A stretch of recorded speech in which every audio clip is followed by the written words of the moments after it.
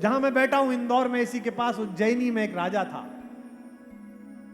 उसका बेटा बहुत प्यारा बच्चा था, छोटा। वो राजा अचानक मारा गया, उज्जैनी का। उसका छोटा भाई मुंजनाथ, वो भी बड़ा त्यागी, तपस्वी, बड़ा साधु संतों की सेवा करने वाला। जब राजा मर गया तो युवराज 5 साल का था। युवराज का नाम था भोज। नाम सुना है? सुना है नाम? इसके नाम पर भोपाल है, भोजपाल, धारा नगरी का राजा। तो मुंज ने राज्य संभाल लिया कि जब तक ये बच्चा 15 साल का होगा, इसका राज्याभिषेक होगा, तब तक मैं चला लूंगा। 10 साल राज्य चलाया।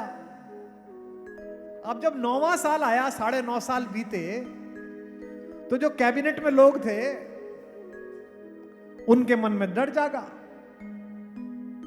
उन्होंने मुंज से कहा कि भाई साहब, अब तो सत्ता हाथ से चली जाएगी, भोज राजा बन जाएगा। और भोज बड़ा लोकप्रिय था, बड़ा हैंडसम था, बड़ी अच्छी तलवार चलाता था, बड़ा न्यायप्रिय था, कविताएं लिखता था संस्कृत में। मुंज के मन में लोभ आ गया, ओनरशिप। ये पृथ्वी मेरी है, मैं कैसे दे दूं? आप कहते हो ना ये 2000 का नोट मेरा है। अरे भाई साहब, आपका है ही नहीं। आप बाजार सामान लेने गए, आपने उससे कहा कि 2000 रुपए की ये चीज दे दे, मिठाई दे दे। आपने 2000 रुपए दिए, उसने मिठाई दे दी। कहां है नोट? गया। हाथ में क्या है? मिठाई। मिठाई उसके पास थी, जिसका ओनर वो था। अब उसके हाथ में क्या है? नोट। और आपके हाथ में क्या है? मिठाई। ये दुनिया सांसों के एक्सचेंज पे चल रही है, और आप कह रहे हैं कि मैं सांसों का मालिक हूं, इसकी ओनरशिप ले लूंगा। हो ही नहीं सकता। मुंज के मन में लोभ आ गया कि सत्ता तो मेरे ही पास रहनी चाहिए। यही लोभ है कि जिस बच्चे को कभी खिलाया होगा शाहजहां ने अपनी गोद में, उसी औरंगजेब ने अपने बाप को बंद रखा। सोच के देखिए। यही लोभ है जिसमें अखबार में खबर छपती है कि संपत्ति विवाद में सोते समय 2 बेटों ने बाप को कुल्हाड़ी से काट दिया। यही ओनरशिप का लोभ है जिसमें दांपत्य संबंधों में, पारिवारिक संबंधों में एक दूसरे की हत्याएं की जा रही है। मैं जो सुना रहा हूं, आज के बाद आपके मन का प्रोसेस बदल जाए तो किसी और का प्रोसेस बदलने की कोशिश करना। मुंज ने कहा कि अच्छा ऐसा करो, इसको मार देते हैं। उसने अपने सबसे विश्वास पात्र सेनापति को बुलाया और कहा कि तू ना राजकुमार को जंगल ले जा, शिकार खेलने के बहाने। और वहां जब राजकुमार अकेले हों, निहत्ते हों, तो तलवार से उनका सिर काट देना और मुझे तलवार लाके दिखाना। सेनापति को समझ में नहीं आया। उसने कहा ये मेरी आज्ञा है, मैं राजा हूं, जा। सेनापति चला गया। जब जंगल में गए तो सेनापति के माथे पर पसीना आने लगा। सात्विक लोगों को देखकर बुरे विचार अक्सर पसीने से भर जाते हैं। तो भोज ने पूछा कि इतने घबराए हुए क्यों लग रहे हो? तो सेनापति ने कहा कि युवराज, एक बड़ा कठिन और नीचतापूर्ण काम करने जा रहा हूं, जिसके लिए ईश्वर मुझे क्षमा नहीं करेगा। भोज ने पूछा ऐसा क्या काम है?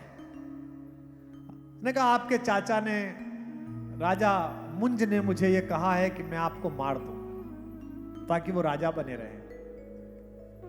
तो भोज घोड़े से नीचे उतर गए और घुटनों के बल बैठ गए और कहा कि अगर राजा ने आज्ञा दी है तो राजा आज्ञा पूरी कर। तो वो रोने लगा। उसने कहा ये तलवार आपके पिताजी ने मुझे भेंट की थी जब मैं सेना में भर्ती हुआ था। इस तलवार से उनके बेटे का सिर कैसे काट दूं? तो भोज हंसने लगे।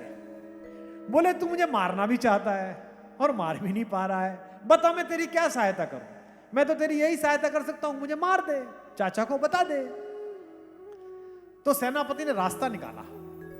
बोला एक काम करिए, ये धार की पहाड़ी पार करने के बाद मेरी एक बहन रहती है, और आप तो वैसे भी साधु स्वभाव के आदमी हो, आप तो कहते भी मुझे साधु बनना है, मुझे सन्यास लेना है। आज ही से सन्यास शुरू करिए।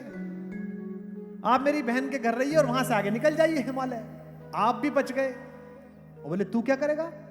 बोले ये जो हमने अभी शिकार किया है, इसके खून को मैं लगाकर तलवार पर राजा को दिखा दूंगा कि आपको मार दिया। बोले ये ठीक है, जा, मैं तेरी बहन के घर विश्राम करता हूं। तो बोले एक सेकंड सुन, मेरा चाचा तुझसे पूछेगा कि जब मैं मर रहा था तो मेरे मन में क्या था। बोले हाँ ये पूछ सकता है। तो बोले मेरे चाचा बड़ा विद्वान आदमी है, मेरी ओर से श्लोक दे देना। उसने भोजपत्र उठाया, एक लकड़ी ली और जो पशु मारा गया था उसके खून में डुबो के श्लोक लिखा और राजा मुंज को पहुंचा दिया। वो श्लोक था कि मानधाता च महीपति कृतयुगा लंकार भूते गतः अन्ये चाप युधिष्ठिर प्रभृति। मैं हिंदी में आपको अर्थ समझा देता हूं। भोज ने लिखा कि अरे चाचा जी, एक राजा हुए मानधाता, वो भी खाली हाथ चले गए। एक हुए इक्ष्वाकु, वो भी ऐसे ही चले गए। युधिष्ठिर आए, उन्होंने पृथ्वी जीती, वो भी ऐसे ही चले गए। बट ये सब निकम्मे राजा थे, ये बहुत बेकार लोग थे, ये सब मरे, इनके साथ जमीन नहीं गई। आज मुझे पहली बार यकीन हो गया चाचा जी, जब आप मरोगे तो पृथ्वी आपके साथ जाएगी, तय बात। मुंजत्वयाम यास्यति, हे मुंजे तुम्हारे साथ जाएगी। चाचा ने श्लोक पढ़ा और रोने लगा। ने कहा हाय राम, ये क्या हो गया, देवता जैसा भतीजा मार दिया। और कहने लगा मुझे उस जगह ले जाओ जहां मेरे भतीजे पर तूने तलवार चलाई। अब मैं संन्यास ले लूंगा, अब मैं मर जाऊंगा, आत्महत्या कर लूंगा। तो सेनापति हंसने लगा, बोला मुझे पता था आप ऐसा ही करोगे, और मुझे पता था कि आप मन के बुरे नहीं हो। आपके चारों तरफ जो लोग हैं वो मन के बुरे, उन्होंने आपकी बुद्धि भ्रमित की है। कैकेयी बुरी नहीं है, मंथरा बुरी है।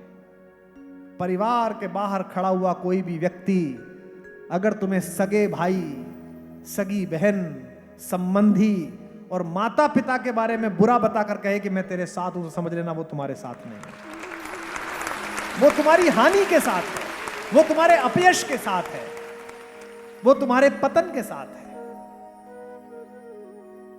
तो उसने कहा कि मुझे पता था कि ये सारे दरबारी आपके बदमाश हैं, आप अच्छे आदमी हो। राजा भोज मरे नहीं है, युवराज मरे नहीं है, वो मेरी बहन के घर है। राजा ने घोड़ा निकाला, दौड़ाता हुआ धार के पर्वत पार करता हुआ गया और भोज के पास चरणों में लिपट के रोने लगा। भोज ने चाचा को उठाया और गले लगाया और कहा चाचा क्या बात हो गई, आपकी इच्छा अनुसार तो मैं साधु बनना चाहता हूं। उसने कहा नहीं, यह संभव नहीं है, साधु तो मैं ही बनूंगा, अब तू राजा बनेगा। और मुंज अप्रतिम साधु के रूप में विख्यात हुए और भोज यशस्वी राजा के रूप में। इस कहानी का मतलब क्या है, जब तक इस संपत्ति को, इन संबंधों को, इन जगहों को कस्टोडियन मान के इनकी सेवा करोगे, ये तुम्हें वापस पलट कर देंगी। जिस दिन इनके ओनर बन जाओगे उस दिन सब हाथ से छूट जाएगा, सब चला जाएगा, ओनरशिप चला जाएगा।